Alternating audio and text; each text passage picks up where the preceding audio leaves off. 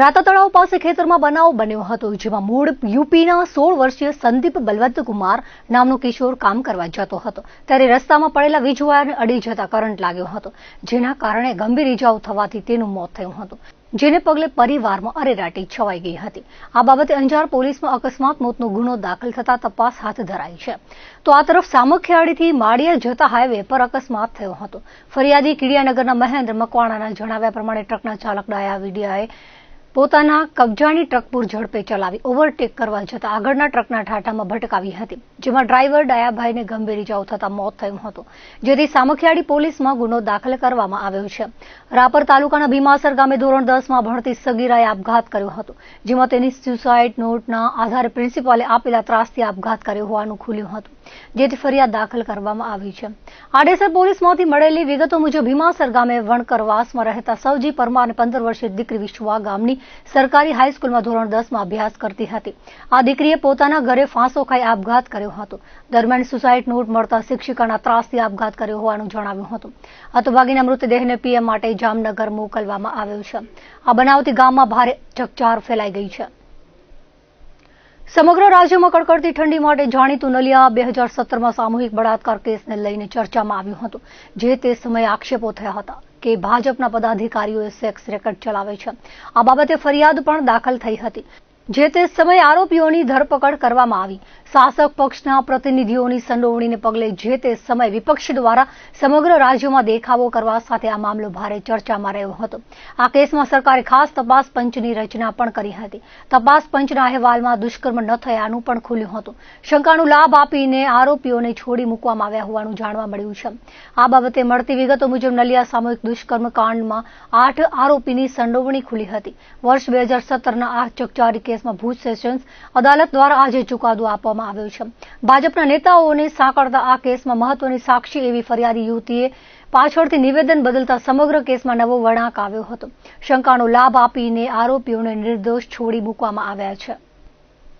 કચ્છ કલેક્ટરની સૂચના અને માર્ગદર્શન હેઠળ મદદનીશ નિયામક તેમજ પશ્ચિમ કચ્છ ભૂસ્તર શાસ્ત્રીની સંયુક્ત ટીમ દ્વારા ખાનગી વાહનોમાં અબડાસાના ખીરસરા ગામે આકસ્મિક તપાસ હાથ ધરવામાં આવી હતી, જેમાં બેન્ટોનાઇટ ખનીજનું ગેરકાયદેસર ખનન કરતા 2 એક્સવેટર મશીન તેમજ ગેરકાયદે રીતે બેન્ટોનાઇટ ખનીજ વહન કરવાના ઈરાદે આવેલ 4 ટ્રક ઝડપી પાડવામાં આવ્યા હતા, જે પૈકી એક ટ્રકમાં આશરે 25 મેટ્રિક ટન બેન્ટોનાઇટ ખનીજ ગેરકાયદેસર ભરેલ જણાયું હતું। સંયુક્ત તપાસ ટીમ દ્વારા તમામ વાહનો સીઝ કરી કોઠારા પોલીસ સ્ટેશન ખાતે કસ્ટડીમાં રાખવામાં આવ્યા હતા।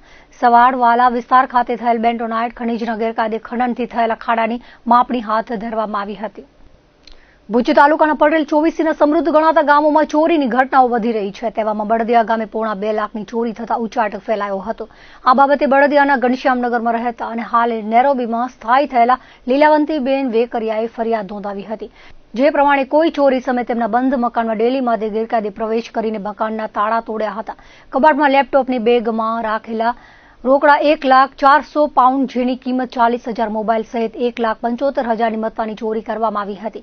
બનાવ બાબતે માનકુવા પોલીસમાં ફરિયાદ દાખલ કરવામાં આવી છે। પટેલ 24માં વધી રહેલી ચોરીની ઘટનાથી વિદેશોમાં સ્થાયી થયેલા પટેલોમાં ચિંતા ફેલાઈ છે। ગામડાઓમાં પોલીસ દ્વારા પેટ્રોલિંગ કરવામાં આવે તેવી માંગ પણ ઉઠી છે। નખત્રાણા તાલુકાના કોટડા જડોદર ગામે શનિવારે રાત્રે સોની વેપારી પર છરી વડે હુમલો કરીને 30,72,000ની લૂંટ ચલાવાઈ હતી। આ ચકચારી કેસમાં એસઓજીએ 2 શખ્સોને ઝડપી 8,92,000ના દાગીના રિકવર કર્યા છે।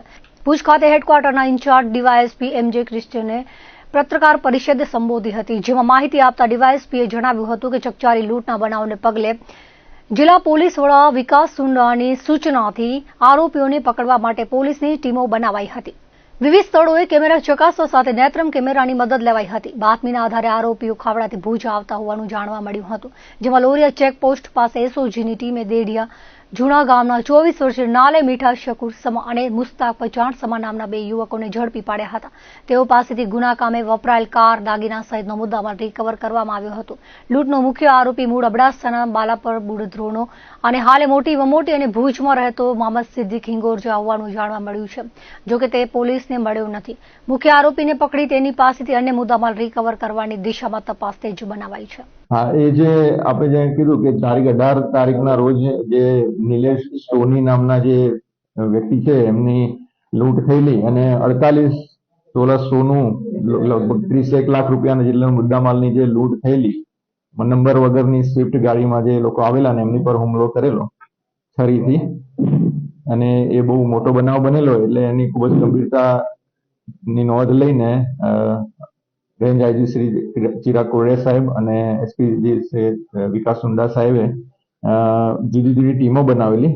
એમાં એલસીબી, એસઓજી, નખત્રાણા પોલીસ અને એ બધાની ટીમો બનાવીને અને ખાસ કરીને નેત્રમની મદદથી ટેકનિકલ સર્વેલન્સ અને હ્યુમન સર્વેલન્સથી આની પાછળ તપાસના કામે ટીમો લાગેલ હતી. એ દરમિયાન આજે બાતમી મળેલી હતી ટીમોને કે આ કામમાં જે સ્વિફ્ટ ગાડી વપરાઈ છે એ સ્વિફ્ટ ગાડી લઈને આરોપીઓ ખાવડાથી ભુજ બાજુ આવવાના છે. એટલે એ લોકોએ વોચ રાખેલી અને લોરિયા ખાતે એક સ્વિફ્ટ ગાડી આવી GJ4B6320 નંબરની, અને એને રોકી અને એમાંથી જે 2 ઈસમો મળી આવ્યા, એમની પૂછપરછ કરી, એમની તપાસ કરી તો એમની પાસેથી એકચ્યુઅલ મુદ્દામાલ જે લૂંટમાં વપરાયેલો એ મુદ્દામાલ એમની પાસેથી મળી આવે છે. અને એ 2 ઈસમો, એક મુસ્તાક પચાણ છે અને નાલે મીઠા કરીને એક ઈસમ છે, એ બંનેની ધરપકડ કરવામાં આવી છે. અને એ જે એકચ્યુઅલ સ્વિફ્ટ કાર જે વપરાયેલી ગુનામાં એ પણ કબજે કરવામાં આવેલી છે. એમના મોબાઈલ ફોન અને જે આપ જોઈ રહ્યા છો કે એકચ્યુઅલ જે મુદ્દામાલ છે એ પણ કબજે કરવામાં આવેલું છે. કુલ 3 આરોપીઓ હતા, એમાંથી 2 ને અત્યારે પકડવામાં આવે છે. અને જે આમાં જે માસ્ટર માઇન્ડ છે એ મામદ સિદ્દીક હિંગોરજા કરીને છે, એને પકડવાનો બાકી છે. હા, એ હવે હમણાં જે લોકોને પકડ્યા છે એમની પૂછપરછ કરવામાં આવશે અને ડિટેલમાં કે એ લોકોએ કેવી રીતે આ ભાઈને ઓળખતા હતા કે નહીં ઓળખતા, કેવી રીતે ટાર્ગેટ કર્યા, એમને ખબર કેવી રીતે પડી કે આમની પાસે આટલો મુદ્દામાલ, એ બધી જ વસ્તુની ડિટેલમાં પૂછપરછ ઇન્ટ્રોગેશન કરવામાં આવે. હા, એ મુદ્દામાલ જે રિકવર કરવામાં આવે છે ને એ અત્યારે આપણી પાસે જે છે, હવે હમણાં જ આરોપીઓને પકડ્યા છે, ફરિયાદીને બોલાવીને એમની પાસે ઓળખ કરાવીને પછી બંનેની સરખામણી કરીને કેટલો મુદ્દામાલ બાકી છે એ હવે આ પકડાયેલા આરોપીઓની ઇન્ટ્રોગેશન કરીને રિમાન્ડ માંગીને પ્લસ જે બીજો આરોપી બાકી છે એની પાસે પણ હોઈ શકે. એટલે એ બધું તપાસનો વિષય છે, એ ધીમે ધીમે આપણે તપાસમાં ખુલશે, પણ મેક્સિમમ મુદ્દામાલ આપણે એની પાસે હાથમાં આવી ગયેલો છે. આ આરોપીઓ જે પકડેલા છે ભુજના એક જે નાલે મીઠા છે, નાલે મીઠા શકુર સમા, એ ભુજ દેઢિયાનો છે, અને ખાવડા, અને મુસ્તાક જે પચાણ છે એ પણ દેઢિયાનો છે. અંજારમાં ઘરમાં ઘૂસીને મહિલાનું ગળું દબાવી 5,79,000ની લૂંટ કરાઈ હોવાની ઘટના બની છે. આ બાબતે અંજાર પોલીસમાંથી મળેલી વિગતો મુજબ ભોગ બનનાર મહિલાએ જણાવ્યું હતું કે તેઓ યમુના પાર્કમાં રહે છે. આરોપી હેમલાઈ ફળિયામાં રહેતો મુસ્તાક આલિસા સૈયદ ફરિયાદીના ઘરમાં ગેરકાયદે રીતે ઘૂસી આવ્યો હતો અને ફરિયાદી અને તેના પરિવારના સભ્યોને જાનથી મારી નાખવાની ધમકી આપી ફરિયાદીને માર માર્યો હતો. તેમજ ગળું દબાવી ફરિયાદી પાસે રહેલ સોના ચાંદીના દાગીના રોકડા મળીને 5,79,180 રૂપિયાની બળજબરીથી લૂંટ ચલાવી હતી. જે ઘટના અંગે અંજાર પોલીસમાં ફરિયાદ દાખલ કરવામાં આવતા તપાસ હાથ ધરાઈ છે. ગત સપ્તાહના અંતે કચ્છવાસીઓને કાતિલ ઠંડીના લાંબા દોર બાદ આંશિક રાહત મળી હતી, પરંતુ 48 કલાક દરમિયાન પવનની ઝડપમાં વધારો થતા ફરી ઠંડીની તીવ્રતામાં વધારો થયો છે. ગઈકાલથી પવનની ઝડપ 5 કિલોમીટર પ્રતિ કલાકથી વધી 11 થી 13 કિલોમીટર પ્રતિ કલાકની આસપાસ થતા ઠારનું ફરી સામ્રાજ્ય છવાયું છે. ખાસ કરીને સૂર્યાસ્ત બાદ મોડી સવાર સુધી વાતાવરણ ઠંડુ બની રહે છે. જોકે દિવસ દરમિયાન હુંફાળો માહોલ રહેતા લોકોને રાહત મળે છે. રાજ્યના સૌથી ઠંડા મથક નલિયાનું ન્યૂનતમ તાપમાન આજે ગઈકાલની તુલનાએ સામાન્ય વધારા સાથે 9.8 ડિગ્રી નોંધાયું હતું. ભુજનું 13.4 અને કંડલાનું 16 ડિગ્રી લઘુત્તમ તાપમાન નોંધાયું હતું. હવામાન વિભાગે આ સપ્તાહ દરમિયાન લઘુત્તમ અને મહત્તમ તાપમાનમાં સામાન્ય વધઘટ સાથે વાતાવરણ સૂકું અને ઠંડુ રહેવાની આગાહી કરી છે. ભૂકંપ ઝોન 5માં સમાવિષ્ટ કચ્છ જિલ્લામાં ભૂગર્ભીય સખડવખડ અવિરત રહી હોય તેમ આજે બપોરે 1 વાગ્યાના અરસામાં ભૂકંપનો વધુ એક આંચકો નોંધાયો હતો. રાપરથી 12 કિલોમીટર પશ્ચિમ ઉત્તર દિશામાં ભૂકંપના આંચકાથી ધરાધ્રુજી ઉઠી હતી. ગાંધીનગર સ્થિત institute of seismological research centre ખાતે રિક્ટર સ્કેલ પર આંચકાની તીવ્રતા 2.8 અંકિત થઈ હતી. ભુજમાં યોજાયેલ LLDC વિન્ટર ફેસ્ટિવલમાં દરરોજ અલગ અલગ કલાકારો ઉર્જાવાન કૃતિઓ રજૂ કરે છે. દર્શકો પોતાની જગ્યા છોડીને સ્ટેજ પાસે આવીને નૃત્ય કરવા કે ગરબા લેવા મજબૂર બની જાય છે. આ વિન્ટર ફેસ્ટિવલના ચોથા દિવસે રેયાણમાં નવોદિત ગાયક કલાકાર સિદ્ધિ ગોસ્વામી ગુજરાતી સુગમ સંગીત પીરસ્યું હતું. સાગર ગોસ્વામીએ કાવ્યકૃતિઓથી શ્રોતાઓને ભાવવિભોર કરી દીધા હતા. ધ્યાની ગોસ્વામીએ ઢોલ, વત્સલ સોની કીબોર્ડ અને શ્યામ પરમારે ઢોલ ઉપર સંગત આપી રંગત જમાવી હતી.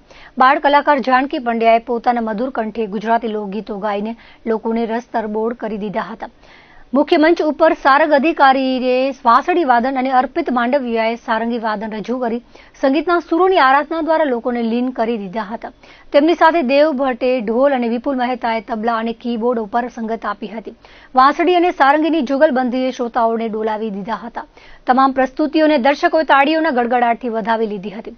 ત્યારબાદ પ્રેમ જોશુઆ અને તેમની ટીમના કલાકારોએ ભારતીય શાસ્ત્રીય સંગીત અને પશ્ચિમી સંગીતના સંયોજનોનું વાદ્યો સાથે સુમધુર સંગીત પીરસ્યું હતું. તમામ કલાકારોનું સન્માન કરવામાં આવ્યું હતું. કચ્છ અને ઓડિશાની 35 કલાઓને રજૂ કરતી ક્રાફ્ટ બજારમાં વિવિધ સ્ટોલ્સની સાથે વિવિધ વર્કશોપ પણ ચાલે છે, જેમાં લોકોએ કલાને સમજવાની સાથે જાતે કરવાની મજા માણે છે.